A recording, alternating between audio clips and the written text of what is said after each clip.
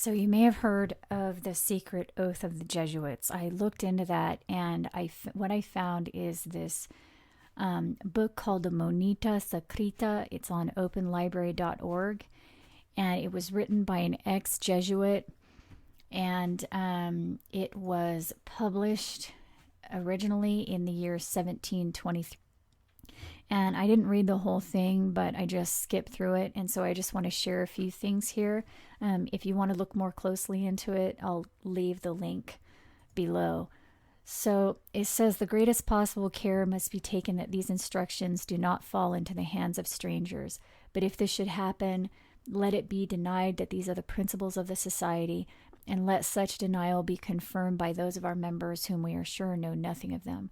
So it's saying there are some people within the order itself who don't know the ultimate agenda, which makes sense because we know a lot of organizations do that. A lot of secret societies do that.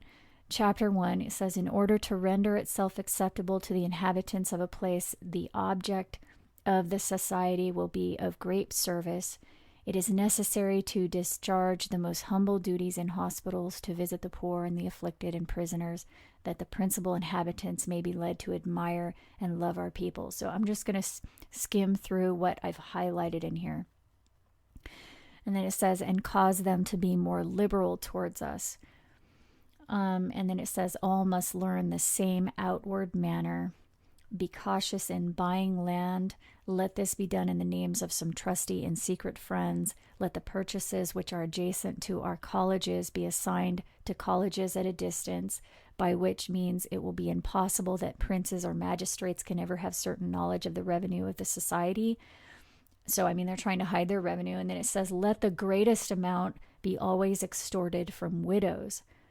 And let what is contained in the Roman treasury be kept secret. And this reminded me of Matthew 23, where it says, woe to you, scribes and Pharisees, hypocrites, for you devour widows' houses, and for a pretense make long prayer.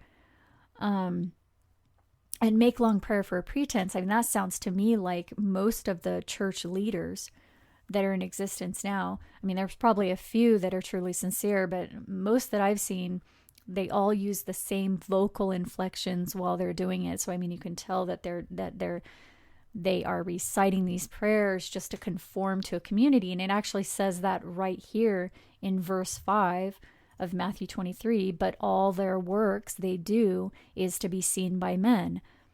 In other words, they're just doing it to be accepted by other people. It says they love the uppermost rooms at feasts and the chief seats in the synagogues and greetings in the markets, and to be called of men, Rabbi, Rabbi.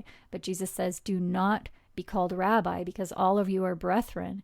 And do not call any human father. Your Father is in heaven. Neither be called masters. He that is greatest among you shall be your servant. And then again he says, woe unto you, hypocrites, for you devour widows' houses. And then Isaiah 10 also talks about this. It says, woe to them that decree unrighteous decrees, and that write grievousness which they have prescribed, that widows may be their prey. And then it says, without me they shall bow under the prisoners, and they shall fall under their slain. Because of course all throughout the biblical text it says, okay, their judgment is coming. And so this 18th century book right here, supposedly translated from the Jesuit secrets themselves, from an ex-Jesuit, says that the greatest amount should always be extorted from widows, and let what is contained in the Roman treasury be kept secret. Okay, well, everybody knows that the Roman treasury is filthy rich now. That's not a secret anymore. And we know the Jesuits vow their allegiance to the Pope above all. So their success at gathering wealth, which is what that book was talking about, is pretty much evident at this point. It's not a secret anymore, although they originally said they were trying to keep it secret several hundred years ago. I mean, this is the crown of jewels. Apparently it has sapphires, rubies, emeralds, and other gems covering it. Their robes, we know, are made of fine silk and linen, or fine linen and silk. And I'm not an expert on this, but in just a short search, I found at least 3 different thrones that the popes sit on, which I don't know why anybody needs to sit on a throne. I'm 100% certain that Jesus would not be sitting on a throne while people are lying in the street homeless and starving to death. I mean, and a true representative of Jesus wouldn't do that either. I think we pretty much all can see that, I mean, at this point. And so the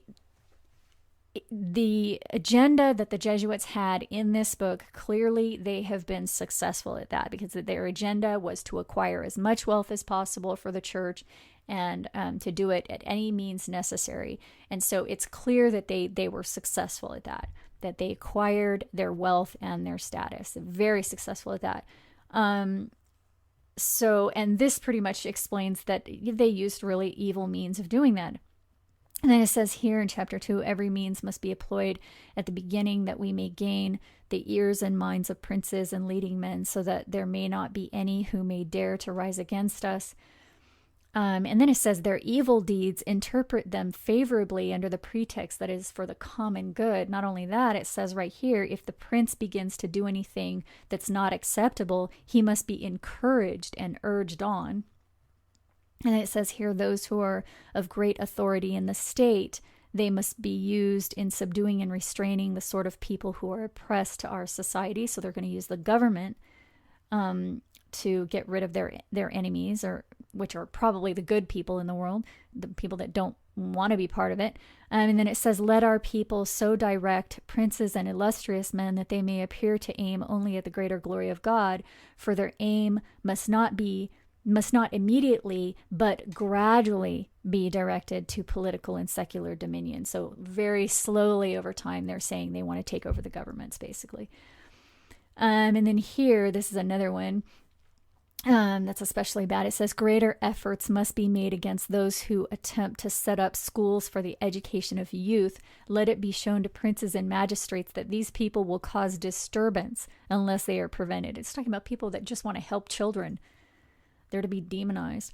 And then it says here, concerning winning over rich widows to the society, it says that down here, they're going to do all these things that they may be more easily withdrawn from the conversation of visits and suitors. So they want these widows to remain lonely so they can take all their wealth and property.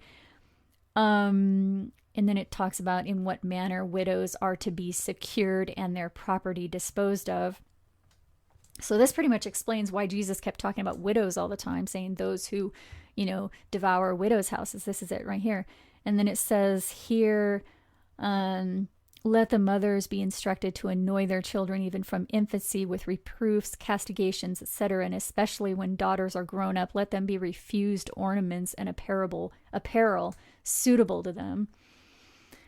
Then it talks about how they increase their revenue by accentuating those who are poor within their community, but keeping secret those who are wealthy. And I mean, that just shows you that they don't even take care of their own. They simply use their destitute to advance their own agenda.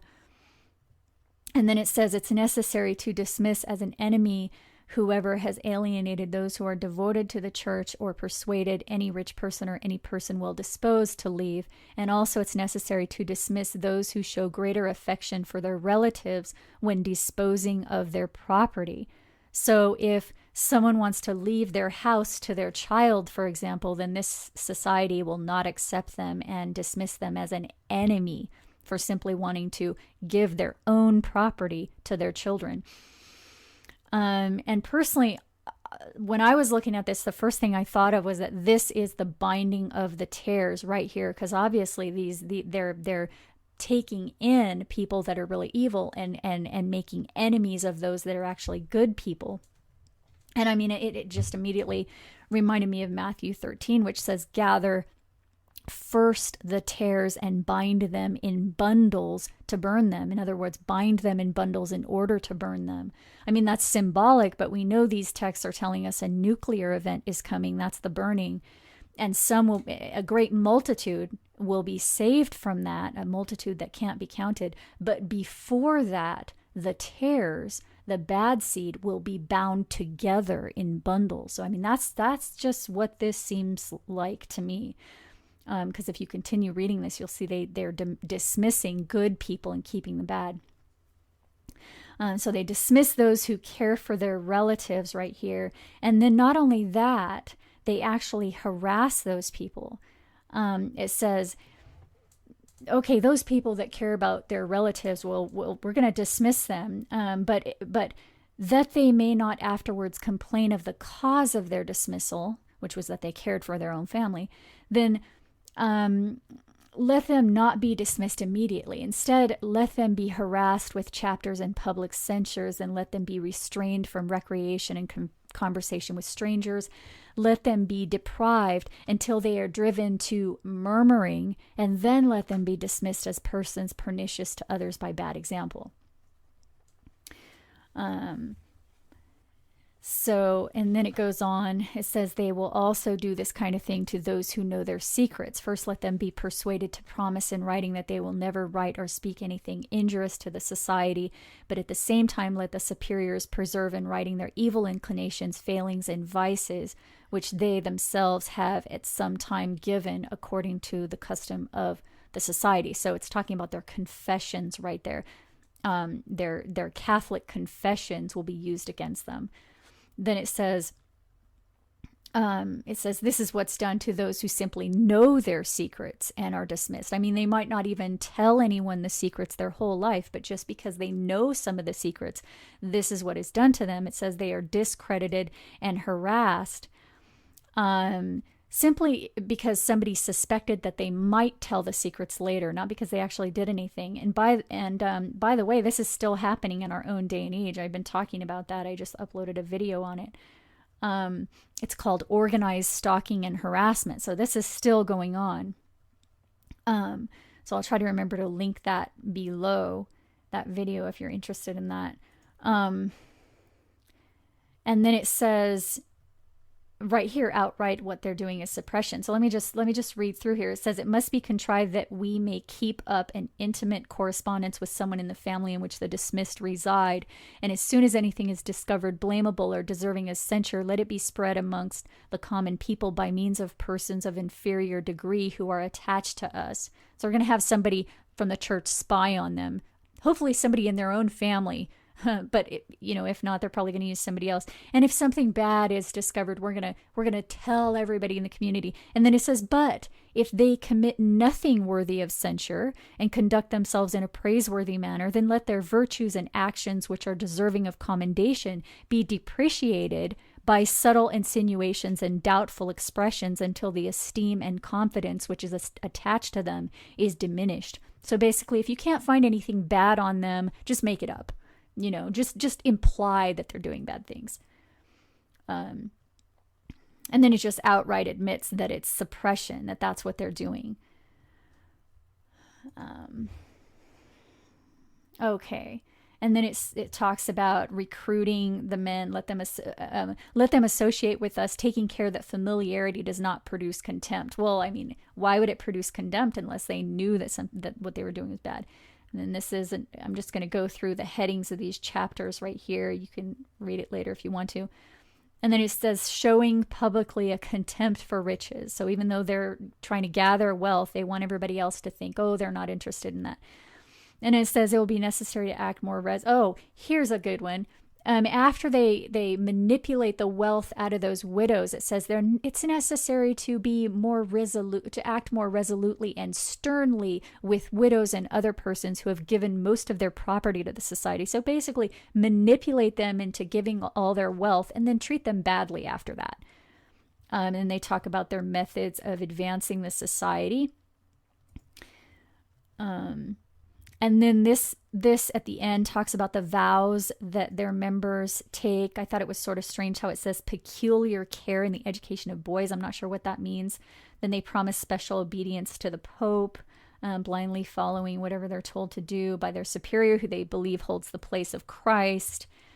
And in this one, this person is vowing to depose and kill all the kings and princes who don't believe in their ideology. So that's pretty much it. We all know Pope Francis is the first Jesuit Pope. So there it is. That's what the Jesuit agenda was hundreds of years ago. At least part of it. And we've had ex-Jesuits come out recently and say that they were instructed to infiltrate Christian churches. So that's part of their agenda as well. Okay, I'm going to stop this video now. There's links below if you want to know more.